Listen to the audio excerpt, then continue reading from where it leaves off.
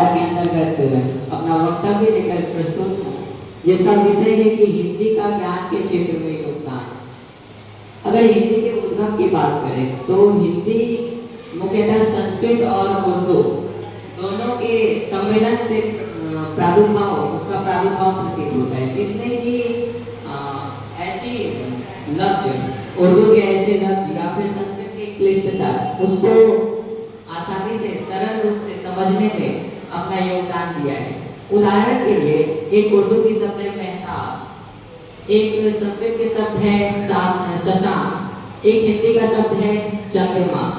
शायद शशांक और मेहताब बोलने से हमारे समाज में उतना स्पष्ट नहीं होगा, लोग समझ नहीं पाएंगे, लेकिन अगर वही हम चंद्रमा बोलते हैं, चांद बोलते हैं, तो शायद वो बच्चा जो कि अभी ठीक से बोल नहीं पाता है वो भी समझेगा हाँ वही जो रात में उगता है। तो यह हमारे समझने में, ज्ञान उत्पन्न करने में ये सहायक होती है। दूसरी चीज तो अगर हम ले तो हिंदी जन जन की भाषा है, भारतीय के लिए तो ये बहुत परिचित भाषा है, बहुत भारतीय इसको जानते हैं, समझते हैं। अगर किसी भी चीज का, किसी भी ज्ञान का हिंदी के अलावा किसी दूसरे भाषा में विकास हो तो उसका हिंदी में रूपांतरण करके, हिंदी में अनुवाद करके उसका प्रसार किया जा सकता है।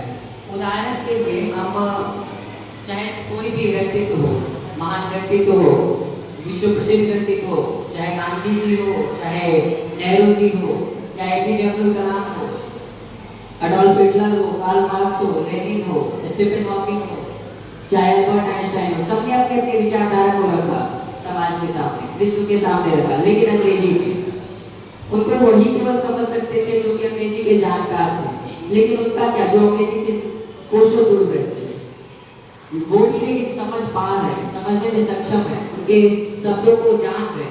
कैसे?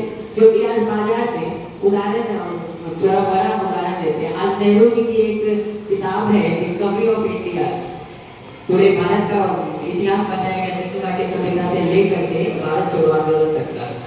ये समझने के लिए केवल अंग्रेजी के जानकारी नहीं समझ पा रहे, आज हिंदी जानने वाले भी उनके शब्दों को समझ पा रहे हैं।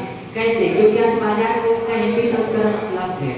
यह हिंदी भाषा का कमाल है, जो कि जो व्यक्ति नहीं समझ पा रहा था उसको समझाना, ये ज्ञानवर्धक है। ये हिंदी का एक कमाल है जो कि ज्ञान दे रहा है। एक छोटी सी बिंदु है कि जैसे तुलसीदास हो या रहीम हो, रसखान हो, इन सबके